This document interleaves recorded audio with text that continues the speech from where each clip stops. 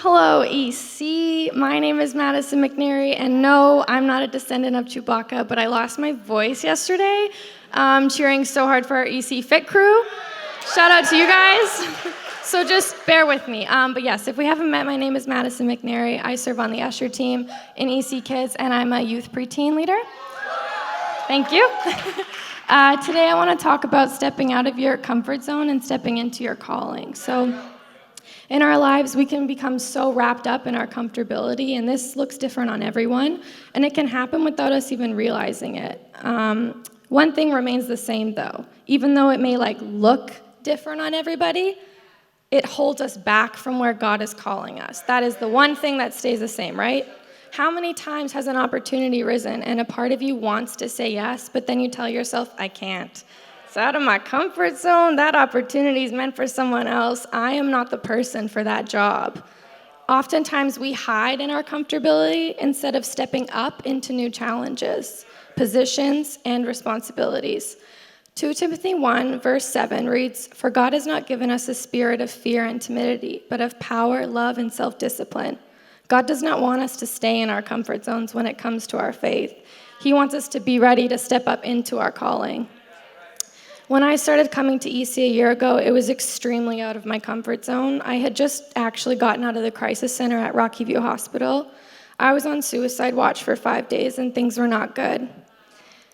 I felt alone, weak, worthless, of no value, and that I had no purpose. I knew I couldn't walk alone anymore, and that if I was going to come out and go back to my old ways, to my comfort zone, I wasn't going to survive. So I came to EC.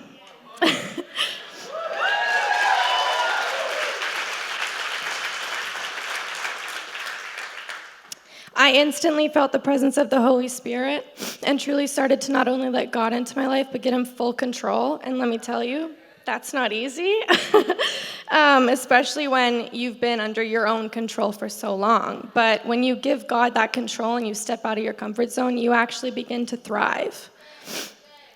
Believing in your capabilities and gifts God has given you in order to embrace your calling can also be hard.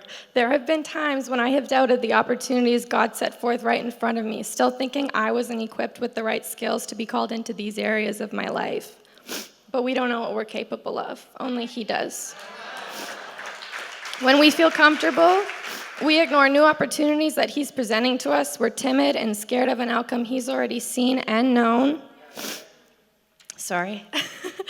Whether we are conscious of this decision or not, we ignore these signs from God that we are created to do things we have yet to imagine.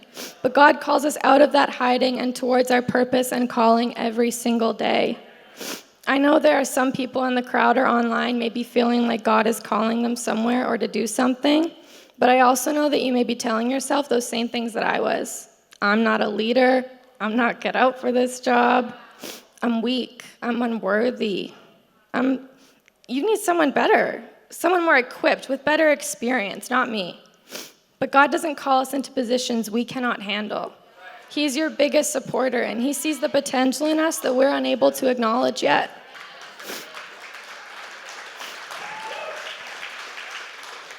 In Romans 12, verse 6, it reads, "In His grace, God has given us different gifts for doing certain things well. So if God's given you the ability to prophesy, speak out with as much faith as God has given you. If your gift is serving others, serve them well. If your gift is to encourage others, be encouraging. If it is giving, give generously. If God has given you leadership ability, take that responsibility seriously. And if you have a gift for showing kindness to others, do it gladly." Our calling is going to be different than our neighbors, and your calling may vary depending on your season and where God needs you. The important thing to remember is that you have the gifts and you're equipped with the skills already by the grace of God. You are worthy, you have a purpose, and He has a calling for every single one of us.